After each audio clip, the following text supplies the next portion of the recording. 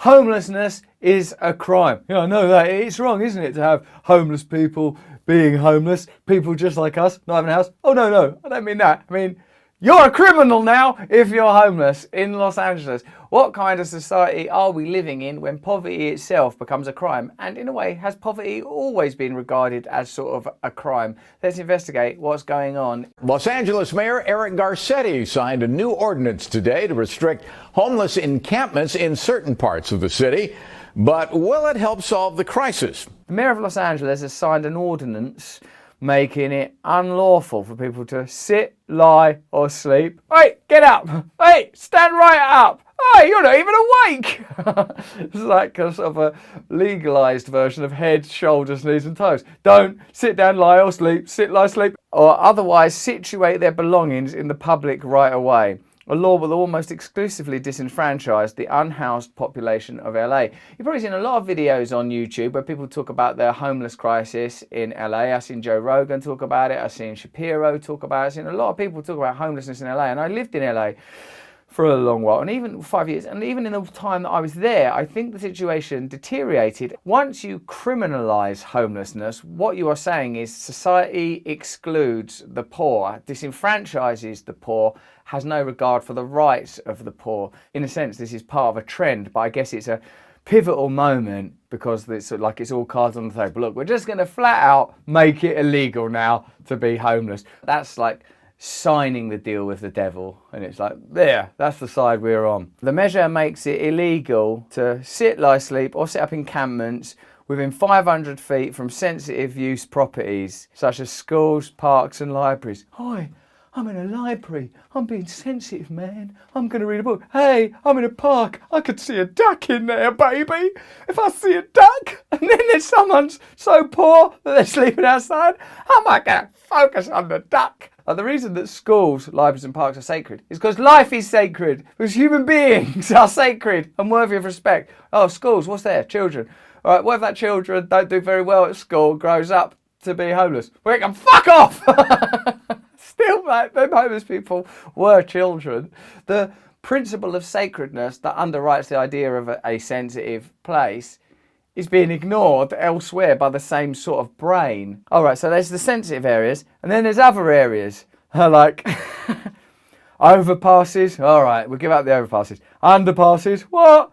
Bypasses at the level of a pass. Freeway ramps, tunnels, bridges, pedestrian bridges, subways, washes, spreading grounds, or active railways, and also inactive railways as well. The ordinance also makes it illegal to sit, lie, sleep. They don't need to like keep reiterating sit, lie, sleep, innit? Like, the only position you could be in is sort of crouching.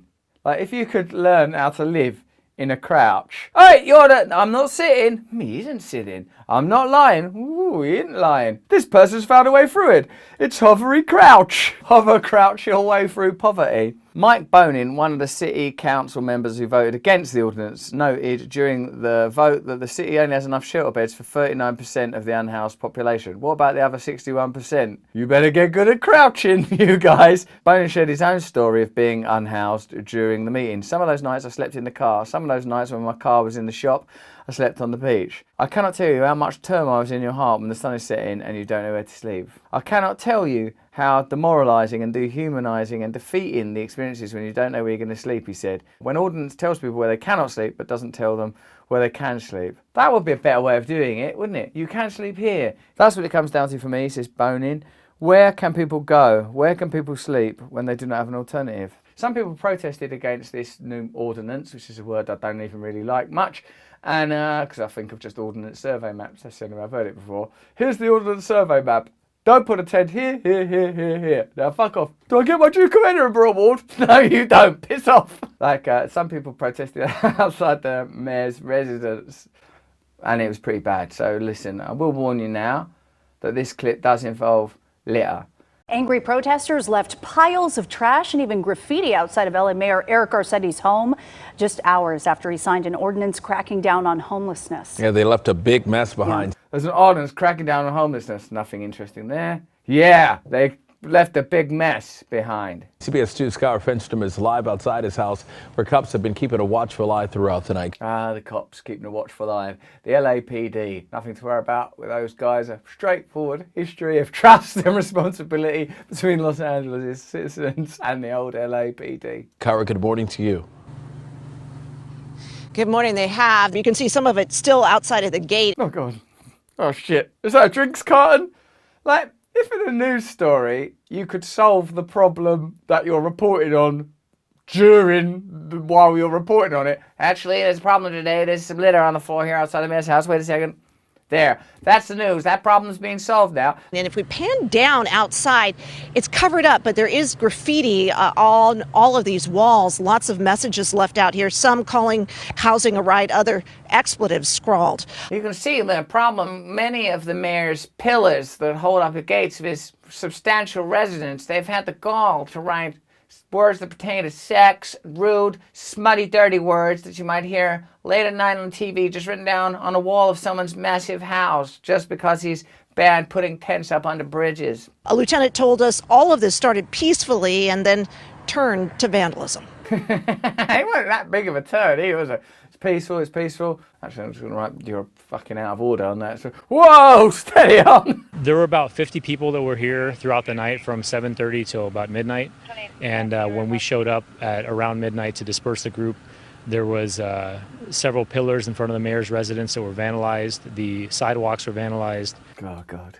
Makes you ashamed to be human, doesn't it, when you hear about sidewalks and pillars being vandalized simply because you've criminalised homelessness and poverty. And there's a bunch of toilet paper on the trees. Mayor Eric Garcetti has signed a sweeping ordinance. Just do a bit of actual sweeping, probably solved in half an hour. Aimed at restricting sleeping and homeless encampments, including near schools, daycare facilities, parks, and libraries. Police are actually doing the tidying up, but what looks like just a bit of a rowdy afternoon. Like, it's like my children make a mess like that every day. And in areas like freeway overpasses. That's going to go into effect in 30 days. All those police officers that are there sort of protecting the mayoral property and clearing up litter, they're all got wages. They're all being paid money. That's all expenditure by the state.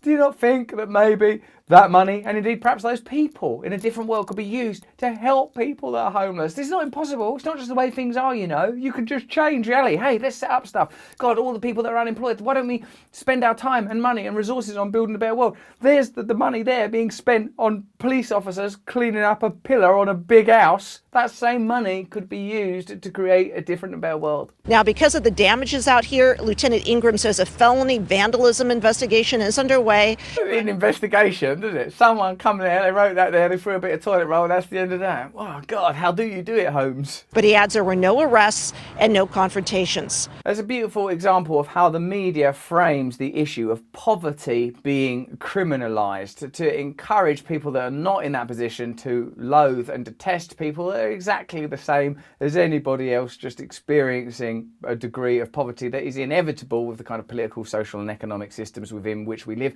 while drawing a veil over the horror of criminalising homelessness, to fetishise and focus on the vandalism of someone's private property over being concerned over the lives of ordinary people is a stain on humanity. That's what the news should report. And the reason the news doesn't report that is because, of course, as you know, all these interests coalesce to present narratives that ultimately become our reality. This is what's important. That's not important.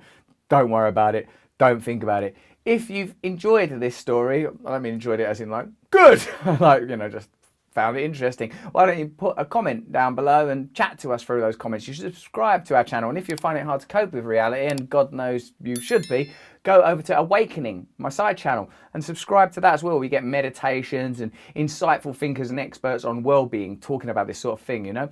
Also, you might want to sign up to my mailing list. Go to russellbrand.com, sign up to that, and you get information about my live shows and other stuff that I'm doing.